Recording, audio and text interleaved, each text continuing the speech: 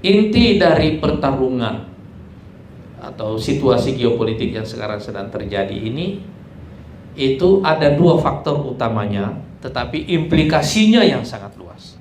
Faktor pertama yang mempengaruhi semua situasi geopolitik ini adalah bahwa sistem global yang ada sekarang ini tidak lagi bisa dipertahankan.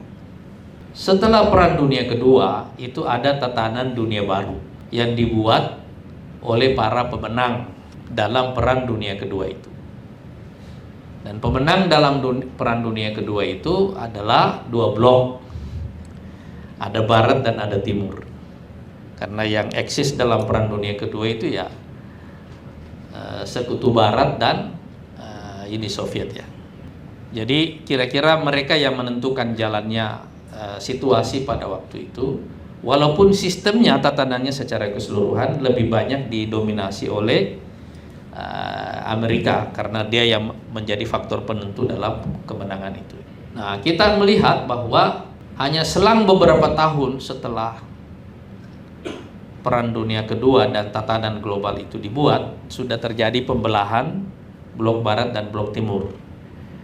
Dan ini yang berlangsung yang kita sebut dengan Perang Dingin selama masa dari tahun 46 sampai tahun 90-91. Dari tahun 90-91 paling tidak sampai tahun 2008 yang lalu, dunia ini hanya mengenal satu kekuatan, tidak ada lagi dua.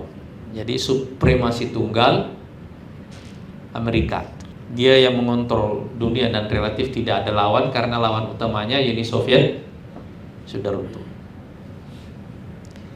Tapi tahun 2008 ada krisis yang menandai bahwa tatanan global ini tidak bisa lagi dilanjutkan. Dominasi tunggal Amerika itu tidak bisa dilanjutkan.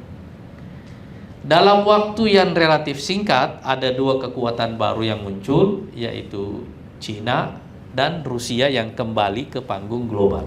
Kenapa tatanan global ini atau sistem global ini, sistem neoliberal global ini tidak bisa lagi dipertahankan? Karena kandungan kezaliman yang ada di dalam sistem ini, terutama secara ekonomi, secara politik, secara sosial, itu benar-benar tidak bisa lagi ditanggung oleh masyarakat dunia. Tapi bersamaan dengan itu, sistemnya mulai retak, karena memang, dan ini yang disebut oleh Ibnu Taimiyah, bahwa kezaliman itu runtuh lebih cepat walaupun pakai nama agama, apalagi kalau tidak pakai nama agama itu. Nah, bersamaan dengan itu muncul kekuatan baru, yaitu Cina dan Rusia yang kembali ke panggung global.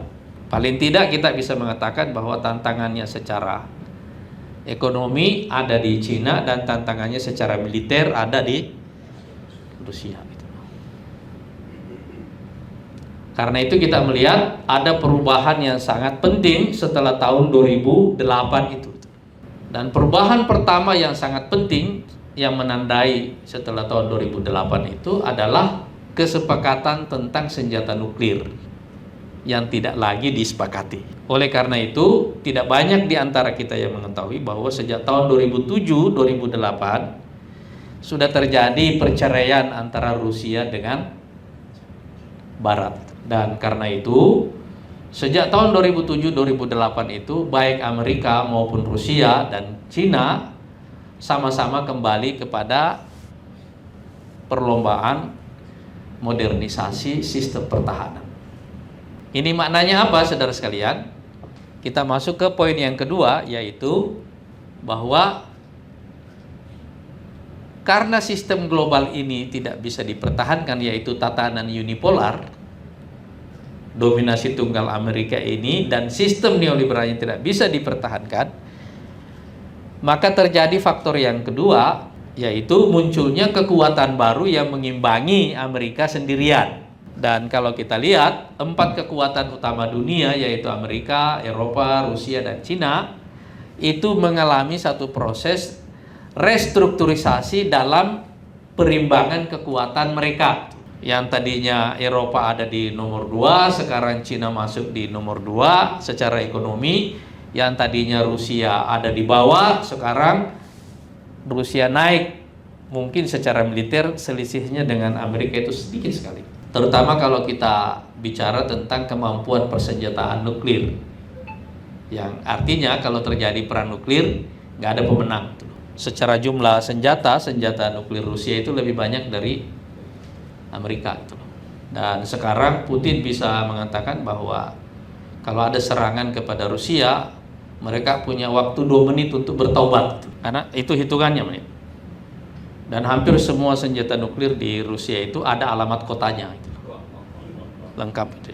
Menghadapi perimbangan kekuatan dunia yang baru ini secara ekonomi, secara militer, kita melihat maka peristiwa-peristiwa global yang terjadi sesudahnya tidak lagi bisa dikendalikan secara satu arah.